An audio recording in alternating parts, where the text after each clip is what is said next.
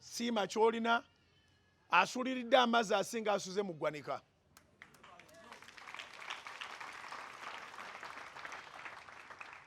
Okitegede kye ŋŋambye? Nyamba okiŋŋambire muliraanwa wo.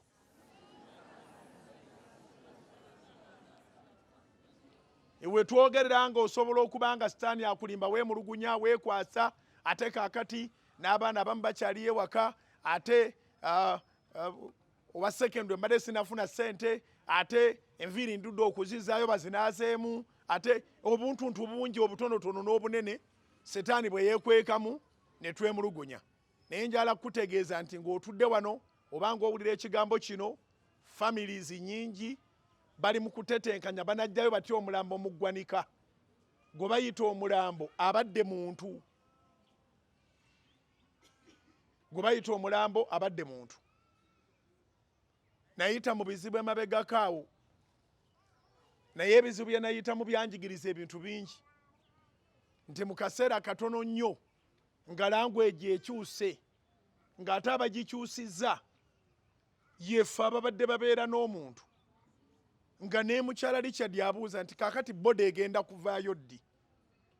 Takyali Richard Muhumuza kati bamuyita ki? Bode. Naye ekirungi nga tuli bagumu nga tumanyi nti omwoyo gwe gwo tegulimu eyo bode, guli mu mikono gya Katonda. Naye ensinga tenaba kukuyita bode weebaze Katonda ng'okyali mulamu. You are somebody. Akagambo ka Saamu kakulu nnyo. You are somebody. You are someone.